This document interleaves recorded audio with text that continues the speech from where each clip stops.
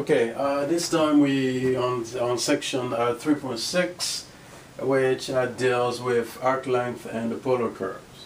Okay, so we are asked, so we are given the polar curve, which is r equals theta squared, and the theta is between 0 and 2 pi, and the graph is actually this. This is a curve, and they want us to find how long is this curve. So arc length. Okay. Now for the polar curve, the arc length is the integral from alpha to beta of square root of r squared plus r prime squared, and then d theta. So that's the formula for arc length for a polar curve. So what do we need? We need, so we are given r, which is theta square. So from here, we need to square it. So you square r, you get theta to the fourth. And on the other side, we have r is theta square. Then they ask us to take the derivative of r. So basically that derivative is dr d theta. So you're taking the derivative with respect to theta. So you get 2 theta. And then you square it. So when you square that, you get 4 theta squared. And then we're going to add these two quantities. So we have r squared plus r prime squared. Then it's going to be theta to the 4 plus 4 times theta squared. And when you see this, you can see that you can factor out theta squared. If you do that, you're going to get theta squared equals theta squared times quantity theta squared plus 4. And then you take the square root, because it says so, to take the square root. So when you take the square root of this quantity, you're going to take the square root of theta squared, which gives you theta, and then you take the square root of theta squared plus 4. There's nothing we can do about that for now. So that gives us the integrand. Alright, so we know the limits are, so alpha is 0 and beta is 2 pi. So let's set up the integral. So now, this integral is L equals to the integral from 0 to 2 pi of theta times square root of theta squared plus 4 and d theta. So that begs us to use u substitution because we have theta here. So so our u substitution is going to be, now I'm going to let t be theta squared plus 4 and then square root. So I'm calling this whole thing as t. So then I take dt, let's take the derivative of t, which means I'm going to take the derivative of inside, which gives me 2 theta, over 2 times the given function, and d theta. The 2 cancels out. So you get dt equals theta over theta squared plus 4 square root and d theta. So what I'm going to do now is that, you see, I want to be consistent with the integrand. So eventually I'm going to move theta next to d theta so that I can have theta, d theta next to each other.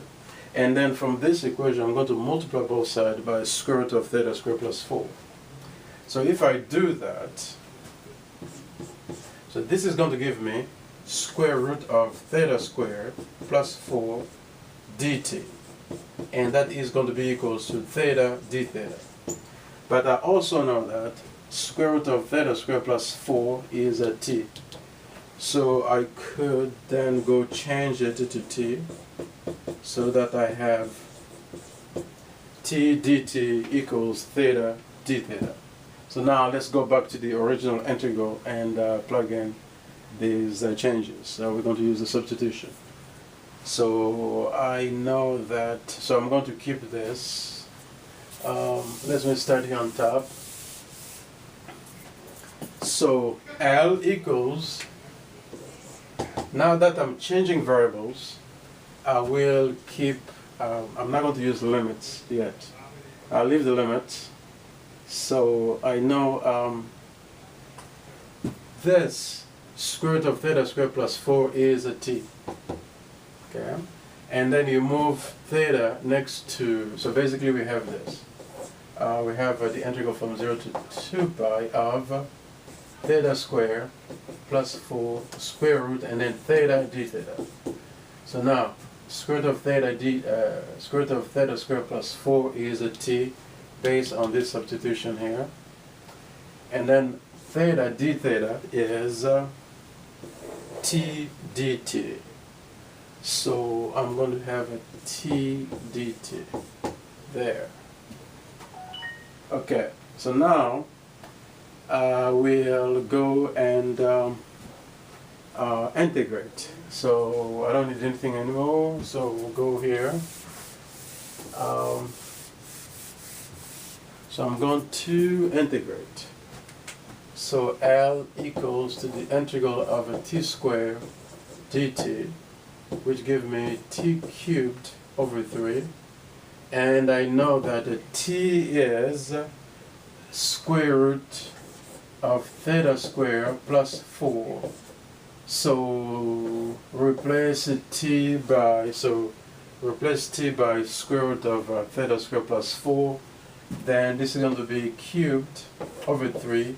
Then I'm going to evaluate it at 0 and 2 pi. Okay. So I resubstitute. So t is a square root of theta squared plus 4. And then I can just plug in. So if you plug in numbers, you're going to get 1 over 3 times. So plug in 2 pi for theta, you get a 2 pi square plus 4 square root. Okay? See, I factor out 1/3. So then this is minus.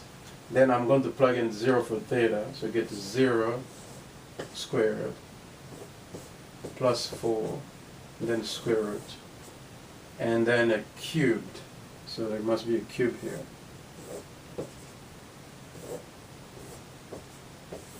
All right. So, then my arc length is L equals 1/3 times. Now I'm going to have what? When I square 2, I get 4 square pi, you get pi squared, and then plus 4 raised to 3/2 minus, on that side I have a 4 cubed. So I have 4, this gives me 4 square root of 4 and then cubed. Now square root of 4 is a 2, 2 cubed is 8. So I get 8 over here.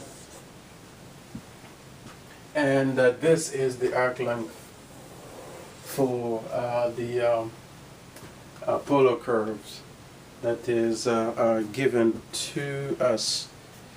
So, thank you.